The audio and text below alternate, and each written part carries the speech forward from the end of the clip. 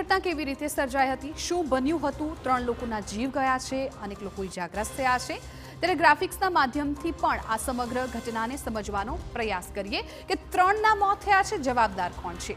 ગુંડીચા મંદિર પાસે પહેલા ધક્કામુક્કી થઈ ગઈ હતી કેમ કે ભીડ ખૂબ વધારે હતી। જેમ અગાઉ પણ વાત કરી કે સુભદ્રાના રથની આજુબાજુ રથ આગળ ન વધી શકે એટલી લોકોની ભીડ ઉમટી પડી ગઈ હતી। ધક્કામુક્કી બાદ નાસભાગમાં 3 લોકોએ જીવ ગુમાવ્યો। જેવી ધક્કામુક્કી થઈ એટલે લોકોને કોઈ પણ પ્રકારનો ખ્યાલ ના આવ્યો અને આ જ બાબત દરમિયાન 3 લોકોએ પોતાનો જીવ ગુમાવવાનો વારો આવ્યો। વહીવટી તંત્ર દ્વારા યોગ્ય વ્યવસ્થા ન કરાયાના પણ આક્ષેપો ઉઠ્યા છે કેમ કે સ્વાભાવિકપણે જ્યારે મોટી સંખ્યામાં ભીડ ઉમટી હોય તો પછી એ પ્રકારની સુરક્ષાની વ્યવસ્થા પણ કરવાની જવાબદારી વહીવટી તંત્રની હોય છે। એટલે હવે એ વહીવટી તંત્ર સામે પણ સવાલ ઊભા થઈ રહ્યા છે કે શું તેમણે બરાબર વ્યવસ્થા નહોતી કરી।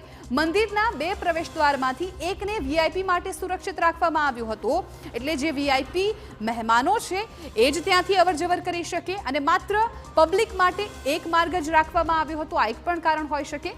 સામાન્ય ભક્તોને બહાર નીકળવા દૂરનો રસ્તો બતાવાયો હતો અને જેને કારણે એક જ રસ્તો હોવાથી ત્યાંથી જે ભક્તો અવરજવર કરતા હોય છે ત્યાં પણ ભીડ રહેતી હોય છે અને દૂર હતું જેના કારણે ભક્તોને પણ હાલાકી ભોગવવી પડી શકે તેમ હતી।